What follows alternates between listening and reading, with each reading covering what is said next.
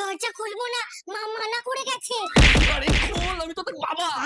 না, মা বলে গেছে ছেলে ধরেরা গলা নকল করতে পারে। পায়খানা পেয়েছি।